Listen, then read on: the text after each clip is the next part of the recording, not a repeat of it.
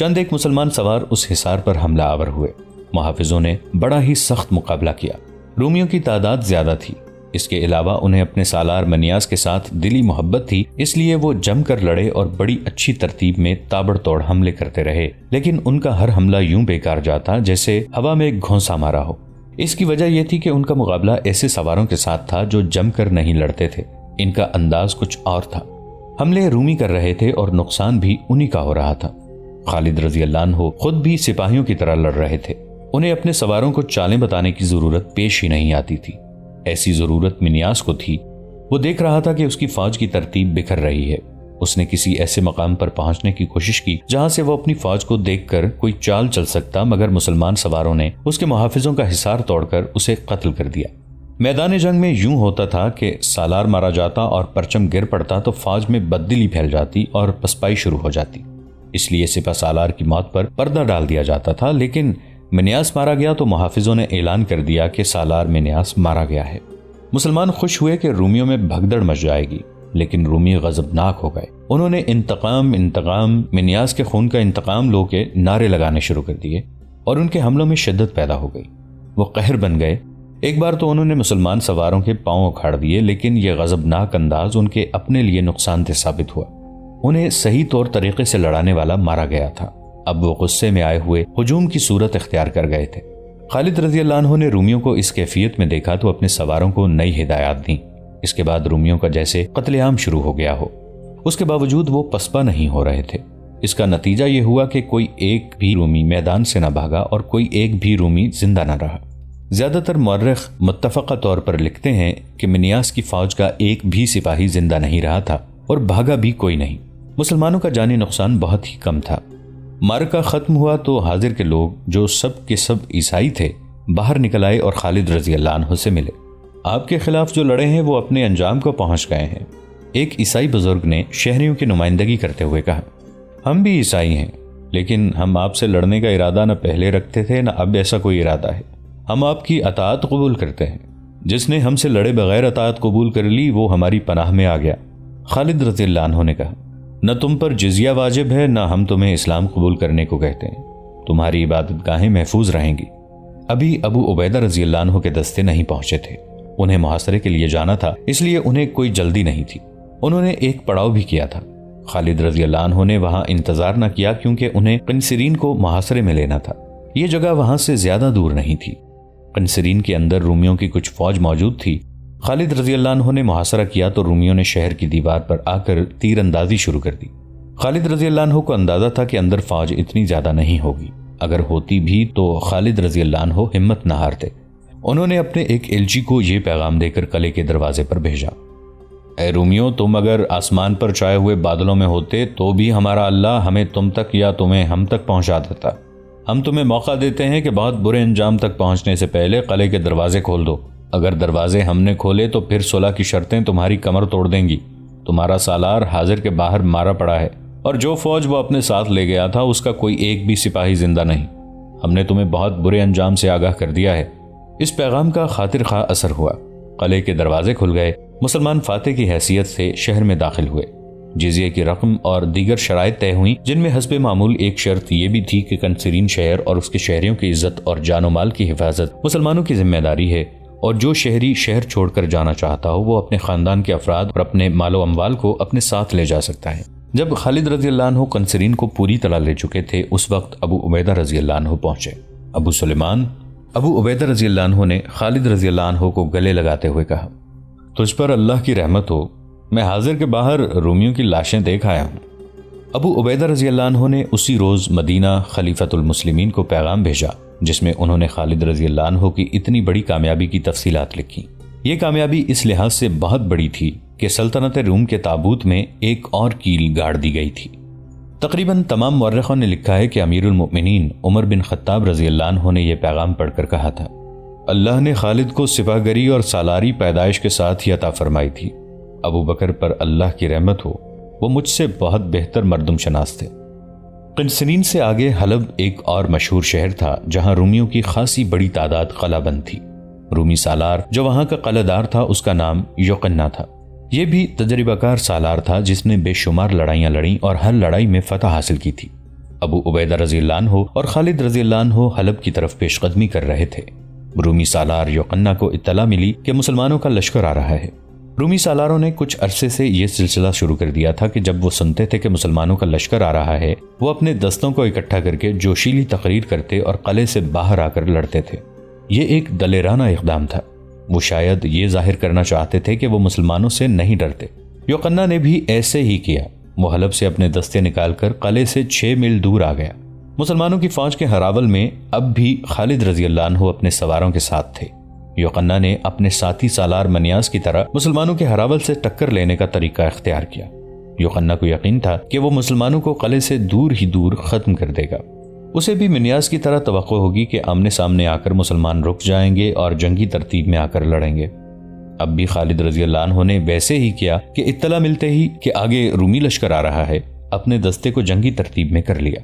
رومیوں کو دیکھ کر خالد رضی اللہ عنہ نے اپنے دستوں کو روکا نہیں، انہیں 3 حصوں میں تقسیم کر کے پہلوں سے حملہ کر دیا۔ سوار اس طرح گھوم پھر کر لڑے کہ رومی درمیان میں اکٹھے ہو گئے۔ خالد رضی اللہ عنہ نے سامنے سے بھی حملہ کر دیا۔ خالد رضی اللہ عنہ کا یہ جارحانہ انداز یوقنا کے لیے غیر متوقع تھا۔ اس نے جو سوچا تھا اس کے الٹ ہوا اور اس کے دستوں کے قدم اکھڑ گئے۔ اس معرکے میں بھی رومیوں کی تعداد مسلمانوں کی نسبت زیادہ تھی۔ یوقنا کے دستے حوصلہ ہار بیٹھے۔ اس نے پسپائی اختیار کی اور قلعے میں چلا گیا۔ یہ قلعہ پہاڑی کے اوپر تھا، اس لیے اسے سر کرنا بہت مشکل تھا۔ مسلمانوں نے قلعے کا محاصرہ کر لیا۔ یوقنا نے متعدد بار اپنے دستوں کو باہر نکال کر مسلمانوں پر حملے کروائے، لیکن جانی نقصان کے سوا اسے کچھ بھی حاصل نہ ہوا۔ یوقنا کو امید یہ تھی کہ شہنشاہ ہرقل کمک اور رسد بھیجے گا۔ اسے شاید معلوم نہ تھا کہ تمام تر شام میں مسلمان پھیل گئے ہیں اور اب اسے کہیں بھی کمک نہیں مل سکتی۔ اس نے دستوں کو باہر نکال کر حملوں کا سلسلہ روک دیا اور قلعے میں دبک کر بیٹھ گیا۔ مسلمان کسی نہ کسی طرح قلعے میں داخل ہونے کی کوشش کرتے رہے، لیکن کامیاب نہ ہو سکے۔ 4 مہینے محاصرے میں گزر گئے۔ قلعے کے اندر رومی ایسے پریشان اور خوفزدہ ہوئے کہ یوقنا نے ایک روز اپنا ایلچی باہر اس پیغام کے ساتھ بھیجا کہ وہ ہتھیار ڈالنے پر تیار ہے۔ یوقنا کو امید نہیں تھی کہ خالد رضی اللہ عنہ اس کی شرط کو تسلیم کر لیں گے۔ اس کی شرط یہ تھی کہ اسے اور اس کی فوج کو قلعے سے چلے جانے دیا جائے۔ اس کے ایلچی نے جب واپس آ کر اسے بتایا کہ مسلمانوں نے اس کی شرط مان لی ہے تو وہ حیران رہ گیا۔ نہیں، اس نے کہا، ایسا نہیں ہو سکتا کہ فاتح اس فوج کو بخش دے جس نے اس کے آگے ہتھیار ڈالے ہوں۔ میں جانتا ہوں کیا ہوگا۔ جب نہتے سپاہی باہر نکلیں گے تو مسلمان انہیں قتل کر دیں گے۔ آخر وہ وقت آ گیا جب یوقنا کے دستے بغیر ہتھیاروں کے باہر نکلے اور مسلمانوں کی فوج کے درمیان سے گزر گئے۔ یوقنا کو سب سے پہلے نکلنا چاہیے تھا، لیکن وہ آخر میں بھی باہر نہ نکلا۔ خالد رضی اللہ عنہ قلعے میں گئے تو یوقنا نے ان کا استقبال کیا۔ اے رومی سالار، خالد رضی اللہ عنہ نے کہا، تو جا سکتا ہے۔ ابن الولید، یوقنا نے کہا، میں نہیں جاؤں گا۔ اگر میں تمہارے ساتھ رہنا چاہوں تو مجھے کیا شرط پوری کرنی پڑے گی؟ اسلام قبول کر لے۔ خالد رضی اللہ عنہ نے کہا، پھر تیری حیثیت یہی رہے گی جو اب ہے۔ بے شک میری یہی خواہش تھی، یوقنا نے کہا۔ اس نے خالد رضی اللہ عنہ کے ہاتھ پر اسلام قبول کر لیا اور اگلے ہی معرکے میں اس نے ثابت کر دیا کہ وہ اسلام کا وفادار سالار ہے۔ انطاکیہ شام کا ایک بڑا شہر تھا۔ اس کی اہمیت یہ تھی کہ شہنشاہ ہرقل نے اسے اپنا ہیڈ کوارٹر بنایا تھا۔ یہیں سے وہ احکام، کمک اور رسد وغیرہ اپنی فوج کو بھجوایا کرتا تھا۔ ہرقل اب وہاں نہیں تھا، وہ شام کی سرحد سے جا چکا تھا اور غالباً قسطنطنیہ میں تھا، لیکن انطاکیہ میں رومی فوج اور ہیڈ کوارٹر موجود تھا۔ وہاں سے رومیوں کو نکالنا لازمی تھا، اس سے شام کی فتح مکمل ہو جاتی تھی۔ ابو عبیدہ رضی اللہ عنہ نے انطاکیہ کی طرف پیش قدمی کا حکم دے دیا۔ حسب معمول خالد رضی اللہ عنہ اپنے گھڑ سوار دستے کے ساتھ ہراول میں جا رہے تھے۔ انطاکیہ چونکہ رومیوں کا آخری بڑا قلعہ اور اہم مقام رہ گیا تھا اور وہ رومی فوج کا مرکز بھی تھا، اس لیے توقع تھی کہ وہاں یرموک جیسا خونریز معرکہ ہوگا۔ ابو عبیدہ رضی اللہ عنہ اور خالد رضی اللہ عنہ نے اپنے مجاہدین کو آگاہ کر دیا تھا کہ آگے کیا خطرہ ہے۔ سب سے بڑا خطرہ تو یہ تھا کہ مجاہدین کی اس فوج کو مدینہ سے نکلے 4 سال ہو چلے تھے اور وہ مسلسل لڑ رہے تھے۔ جہاں تک جسموں کا تعلق تھا وہ ختم ہو چکے تھے۔ اب تو یہ روح کی قوت تھی جو انہیں انسانی سطح سے بہت اوپر لے گئی تھی۔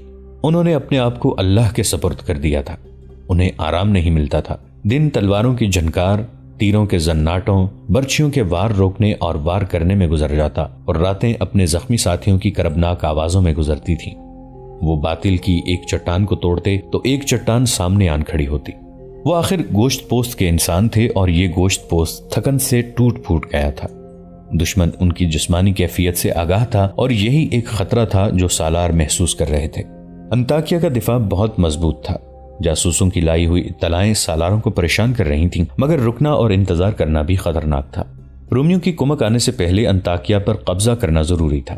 مجاہدین کو قرآن کی یہ آیت بار بار یاد دلائی جاتی رہی کہ لڑو اس وقت تک جب تک کفر کا فتنہ ختم نہیں ہو جاتا، حکمرانی صرف اللہ اور اللہ کے دین کی رہ جائے۔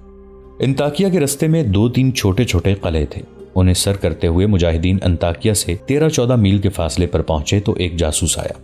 ابو سلیمان، جاسوس نے خالد رضی اللہ عنہ سے کہا، تھوڑا ہی آگے ایک دریا ہے جس پر ایک مضبوط پل ہے، اس پل سے اس طرف رومیوں کا ایک لشکر تیار کھڑا ہے، راستہ بدل لیا جائے یا جنگ کی تیاری کر لی جائے تو اس پر اللہ کی رحمت ہو۔ خالد رضی اللہ عنہ نے کہا، اللہ کو منظور ہوا تو یہ لشکر بھی ہمارا راستہ نہیں روک سکے گا۔ تعداد کتنی ہوگی؟ ہمارے پورے لشکر سے دگنی تو ضرور ہوگی، اس نے بتایا۔ پیچھے جاؤ، خالد رضی اللہ عنہ نے کہا، سبا سالار سے بات کرو کہ بہت جلدی لشکر کو آگے لے آئیں۔ ابو عبیدہ رضی اللہ عنہ جب خالد رضی اللہ عنہ سے آ ملے تو پورے لشکر نے جنگی ترتیب میں پیش قدمی کی۔ رومیوں کا لشکر زیادہ دور نہیں تھا۔ یہ مقام جہاں رومی لشکر مسلمانوں کا راستہ روکے کھڑا تھا، انطاکیہ سے 12 میل دور تھا۔ رومی سالار نے یہ دانش مندی کی تھی کہ دریا کو اپنی پشت پر رکھا تھا۔ اسی مقام پر بڑا مضبوط پل تھا، یہ رومیوں کے عقب میں تھا۔ خالد رضی اللہ عنہ نے حسب معمول توقف نہ کیا، آمنے سامنے آتے ہی اپنے رسالے کو خاص انداز سے حملہ کرنے کا حکم دے دیا۔ اس سے ان کا مقصد یہ تھا کہ رومیوں کی ترتیب بکھر جائے یا وہ سکڑ جائے۔ اس خصوصی رسالے کے سوار ضرب لگاؤ اور ادھر ادھر ہو جاؤ کے اصول پر حملے کرتے تھے۔ جب دشمن کی جمعیت بکھرنے لگی تو ابو عبیدہ رضی اللہ عنہ نے دشمن کے ایک پہلو پر حملہ کرا دیا۔ پیچھے دریا تھا۔ خالد رضی اللہ عنہ کی کوشش یہ تھی کہ دشمن کو اتنا پیچھے دھکیل دیا جائے کہ دریا اس کے لیے مصیبت بن جائے، یا اسے اتنا آگے لایا جائے کہ اس کے عقب میں جانے کے لیے گھڑ سواروں کو جگہ مل جائے۔ ابو عبیدہ رضی اللہ عنہ اور خالد رضی اللہ عنہ کے حملے اسی نوعیت کے تھے جن سے یہ مقصد حاصل کیا جا سکتا تھا، لیکن رومی لشکر کا سالار بھی تجربہ کار اور جنگی قیادت اور چالوں کا ماہر تھا۔ اس نے اپنے دستوں کو ترتیب میں منظم رکھا اور مسلمانوں پر حملے کیے بھی اور مسلمانوں کے حملے روکے بھی۔ اس طرح جنگ زیادہ سے زیادہ خونریز ہوتی چلی گئی۔ خالد رضی اللہ عنہ نے رومی سالار کو دیکھ لیا اور اپنے چند ایک سواروں سے کہا کہ وہ رومیوں کے قلب میں گھسنے کی کوشش کریں۔ کئی ایک سوار اس کوشش میں جان پر کھیل گئے۔ آخر کچھ سوار رومی سالار تک جا پہنچے اور اس کے محافظوں کا حصار توڑ کر اسے ہلاک کرنے میں کامیاب ہو گئے۔ رومیوں کا پرچم گرتے ہی ان میں افراتفری مچ گئی اور وہ پسپا ہونے لگے۔ کچھ دریا میں کود گئے، باقی پل کے ذریعے دریا کے پار گئے۔ جتنی دیر میں مسلمان ان تک پہنچتے وہ انطاکیہ کے قلعے کے اندر جا چکے تھے۔ ابو عبیدہ رضی اللہ عنہ اور خالد رضی اللہ عنہ نے جا کر قلعے کا محاصرہ کر لیا۔ رومیوں کا لڑنے کا جذبہ میدان میں ہی ختم ہو گیا تھا۔ قلعے میں انہوں نے پناہ لی تھی۔ خالد رضی اللہ عنہ نے کئی بار اعلان کروایا تھا کہ قلعے کے دروازے کھول دیے جائیں، ورنہ کسی کی جان بخشی نہیں ہوگی اور کوئی شرط قبول نہیں کی جائے گی۔ رومیوں کا لشکر جو اب پہلے جیسا طاقتور نہیں رہ گیا تھا، بغیر سالار کے تھا۔ اندر سے ایک ایلچی باہر آیا جس نے ہتھیار ڈال دیے اور یہ شرط پیش کی کہ لشکر کو آزادی سے چلے جانے دیا جائے۔ مسلمان سالاروں نے یہ شرط مان لی۔ روم کی تمام تر فوج جو قلعے کے اندر تھی قلعے سے نکل گئی اور مسلمان انطاکیہ میں داخل ہو گئے۔ یہ 30 اکتوبر 637 عیسوی بمطابق 5 شوال 16 ہجری کا دن تھا۔ رومیوں کا آخری اور سب سے بڑا شہر بھی مسلمانوں کے ہاتھ آ گیا۔ اس کے بعد چھوٹی چھوٹی 2-4 جگہیں رہ گئی تھیں جہاں رومی موجود تھے، لیکن وہ لڑنے کے لیے موجود نہیں تھے، بلکہ انہیں بھاگ نکلنے کا کوئی راستہ نہیں مل رہا تھا۔ 637 عیسوی کے آخری مہینے تک شام پر مسلمانوں کا قبضہ مکمل ہو گیا اور وہاں رومیوں کا عمل دخل بالکل ہی ختم ہو گیا۔ قسطنطنیہ میں ہرقل عیسائیوں کے ایک وفد کے سامنے اپنے محل میں بیٹھا تھا۔ یہ وہی شہنشاہ ہرقل تھا جس کی آنکھوں کی ہلکی سی جنبش سے کئی انسانوں کو جلاد کے حوالے کر دیا جاتا تھا۔ یہی ہرقل تھا جس نے ابتدا میں مسلمانوں کو ہمیشہ کے لیے ختم کر دینے کا حکم دیا تھا۔ یہی ہرقل تھا جس نے حیرت کا اظہار کیا تھا کہ عرب کے ان بدوں کو یہ جرت کیوں کر ہوئی کہ انہوں نے سلطنت روم کے سرحد کے اندر قدم رکھا ہے۔ اب تھوڑے ہی عرصے بعد وہی ہرقل اپنی آدھی سلطنت مسلمانوں کے حوالے کر کے شکست خوردگی کے عالم میں اپنے دارالحکومت قسطنطنیہ میں بیٹھا تھا، جیسے کبھی نہ ہارنے والا جواری بازی ہار گیا ہو اور اس کے پاس پھوٹی کوڑی بھی نہ رہی ہو۔ تم لوگ مجھے کس طرح یقین دلا سکتے ہو کہ مسلمانوں کو ان علاقوں سے باہر نکال دو گے جو انہوں نے فتح کر لیے ہیں؟ ہرقل ان عیسائیوں سے کہہ رہا تھا، اگر تم میں اتنی جان ہوتی تو آج میں تمہارے درمیان اس طرح نہ بیٹھا ہوتا۔ شہنشاہ روم، عیسائیوں کے وفد کے لیڈر نے کہا، اب یہ سوچنا بیکار ہے کہ شکست کا ذمہ دار کون ہے، ہم یہ مسئلہ لے کر آئے ہیں وہ ایک بار پھر سن لیں۔ آپ جس خطے کو مسلمانوں کے حوالے کر کے آئے ہیں وہ نہ آپ کا تھا نہ مسلمانوں کا ہے، وہ ہمارا خطہ ہے۔ شکست آپ کی فوج کو ہوئی، لیکن ایک غیر قوم کے غلام ہم بن گئے ہیں۔ مسلمانوں نے جزیہ ہم سے لیا ہے، یہ ہماری بے عزتی ہے۔ ہماری مجبوری یہ ہے کہ ہم مسلمانوں کے خلاف لڑ نہیں سکتے۔ ہم لڑیں گے، ہم اپنی جانیں قربان کرنے کو تیار ہیں، لیکن ہمیں آپ کی مدد کی ضرورت ہے۔ اگر آپ کمک بھیجنے کا وعدہ کریں تو ہم مسلمانوں کے خلاف جنگ کا اعلان کر دیتے ہیں۔ ہرقل ان عیسائیوں کی جو شام کے شمالی علاقے کے رہنے والے تھے یہ باتیں اس طرح سن رہا تھا جیسے یہ لوگ اس سے بھیک مانگنے آئے ہیں اور اسے ان لوگوں کے اس مسئلے کے ساتھ کوئی دلچسپی نہ ہو۔ حقیقت یہ تھی کہ ہرقل چاہتا ہی یہی تھا کہ شام کے عیسائیوں کو مسلمانوں کے خلاف ایسی جنگ کے لیے تیار کرے جو بہت ہی طویل ہو، تاکہ مسلمان شام کے علاقے میں ہی الجھے رہیں اور روم کی سلطنت میں مزید آگے نہ بڑھیں۔ یہ جنگ شب خون قسم کی ہو سکتی تھی۔ بیشتر مورخوں نے لکھا ہے کہ ہرقل نے درپردہ شام کے قابل اعتماد پادریوں کو اکسایا تھا کہ وہ عیسائیوں کو مسلمانوں کے خلاف استعمال کریں۔ تاریخوں میں یہ بھی لکھا ہے کہ عیسائی تیار ہو گئے تھے۔ عیسائیوں کا یہ وفد جو اس کے پاس بیٹھا تھا اس سے بے خبر تھا کہ جو تجویز پیش کرنے آئے ہیں اس پر ہرقل پہلے ہی کام کر رہا ہے۔ اس وفد پر وہ یہ ظاہر کرنا چاہتا تھا کہ انہیں مدد دے گا اور یہ مدد کر کے وہ ان پہ بڑا احسان کر رہا ہے۔ آخر میں ہرقل نے انہیں کہا کہ وہ واپس جا کر اپنے پادریوں سے ملیں اور پادری انہیں بتائیں گے کہ اس تجویز پر کس طرح عمل درآمد ہوگا۔ اس نے انہیں یہ بھی بتایا کہ عیسائی جب مسلمانوں پر جگہ جگہ حملے شروع کریں گے تو ہرقل انہیں کمک کی صورت میں اپنی فوج دے دے گا۔ مسلمانوں نے اپنے جاسوس تمام علاقے میں پھیلا رکھے تھے، جن میں ایسے جاسوس بھی تھے جو عیسائی بن کر عیسائیوں کے ساتھ رہتے اور پادریوں کے مرید بنے ہوئے تھے۔ ان میں سے بعض شام سے نکل کر جنوبی ترکی تک چلے گئے تھے۔ یہ علاقہ سلطنت روم کا حصہ تھا۔ ایک روز ایک جاسوس نے شمالی شام کے جاسوسوں سے رپورٹیں لے کر ابو عبیدہ رضی اللہ عنہ کو آ کر بتایا تھا کہ عیسائی وسیع پیمانے پر جنگی تیاریاں کر رہے ہیں اور ہرقل نے انہیں کمک دینے کا وعدہ کیا ہے۔ اس کے بعد 2 جاسوس اور آئے جنہوں نے اس قسم کی رپورٹیں دی۔ ان سے بڑی خوفناک صورت سامنے آئی۔ عیسائیوں کا اجتماع بہت زیادہ تھا۔ ابو عبیدہ رضی اللہ عنہ اور خالد رضی اللہ عنہ کو احساس تھا کہ عیسائیوں کے خلاف ٹکر بہت خطرناک ہوگی۔ اس کی وجہ یہ تھی کہ رومی جن علاقوں سے بھاگے تھے وہ ان کے نہیں تھے، وہ تو بھاگ کر اپنی باقی سلطنت میں جا پناہ گزین ہوئے تھے۔ یہ خطے دراصل عیسائیوں کے تھے۔ مسلمانوں کی اطاعت قبول کر کے انہیں کوئی معاشی، معاشرتی یا مذہبی پابندی نہیں تھی، لیکن وہ مسلمانوں کی غلامی قبول کرنے پر آمادہ نہیں تھے۔ لڑائی کی صورت میں اگر انہیں شکست ہوتی تو ان کے لیے کوئی پناہ گاہ نہیں تھی، اس لیے انہوں نے جنگ کی تیاریاں ایسے پیمانے پر کی تھیں جو ان کی فتح کا باعث بن سکتی تھیں۔ جاسوسوں سے پوری رپورٹ لی گئی کہ لڑنے والے عیسائیوں کی تعداد کتنی ہوگی، ان کے ہتھیار کیسے ہوں گے اور ان کی قیادت کیسی ہوگی۔ خیال کیا جاتا تھا کہ قیادت رومی سالار کریں گے کیونکہ عیسائیوں کے پاس قیادت کے لیے کوئی سالار نہیں تھا۔ اگر کوئی تھا بھی تو وہ مسلمان سالاروں کی ٹکر کا نہیں ہو سکتا تھا۔ پھر بھی صورتحال جو پیدا ہو گئی تھی وہ مسلمانوں کے لیے بہت بڑے خطرے کا باعث بن سکتی تھی۔ ابو سلیمان ابو عبیدہ رضی اللہ عنہ نے خالد رضی اللہ عنہ سے مشورہ لینے کے لیے کہا، شام میں ہماری حکومت نوزائیدہ ہے، ہمارے ابھی قدم جمے نہیں۔ اگر ہم نے کوئی خطرہ مول لیا اور حالات ہمارے خلاف ہو گئے تو ہم پسپا ہو کر مدینہ تک زندہ بھی نہیں پہنچ سکیں گے۔ امین الامت خالد رضی اللہ عنہ نے کہا، سوال ہمارے زندہ رہنے یا نہ رہنے کا نہیں ہے، یہ سوچ کے اسلام کا زوال شروع ہو جائے گا، تمام فوج شام میں ہے، کیا یہ بہتر نہیں ہوگا کہ ہم امیر المؤمنین کو اطلاع دے دیں؟ ابو عبیدہ رضی اللہ عنہ نے پوچھا، اور مدینہ سے کمک بھی مانگ لیں، ہماری تعداد رہ ہی کیا گئی ہے؟ امین الامت خالد رضی اللہ عنہ نے کہا، مدینہ تک پیغام جاتے اور وہاں سے کمک آتے بہت وقت لگے گا، کیا یہ بہتر نہیں ہوگا کہ ہم ہر جگہ سے فوج ایک مقام پر اکٹھی کر لیں؟ ان جگہوں پر ہم ضرورت کے مطابق فوج رہنے دیں۔ خدا کی قسم میں عیسائیوں کو کھلے میدان میں لا کر لڑانا چاہتا ہوں۔ یہ باتیں حمص میں ہو رہی تھیں، وہاں دوسرے سالار بھی تھے۔ ان سب کی رائے یہ تھی کہ حمص کے اندر رہیں اور عیسائیوں کو آنے دیں کہ وہ محاصرہ کر لیں۔ ابو عبیدہ رضی اللہ عنہ کو اکثریت کی رائے کے مطابق فیصلہ کرنا پڑا۔ انہوں نے اپنے ان دستوں کو بھی حمص میں بلا لیا جو ارد گرد کے علاقے میں تھے۔ اس کے ساتھ ہی ابو عبیدہ رضی اللہ عنہ نے ایک تیز رفتار قاصد کے ہاتھ خلیفۃ الرسول عمر رضی اللہ عنہ بن الخطاب کو پیغام بھیج دیا، جس میں انہوں نے تفصیل سے لکھوایا تھا کہ عیسائیوں نے ہرقل کی پشت پناہی میں کیا صورتحال پیدا کر دی ہے۔ ابو عبیدہ رضی اللہ عنہ نے یہ بھی لکھوایا کہ وہ حمص میں قلعہ بند ہو کر لڑیں گے۔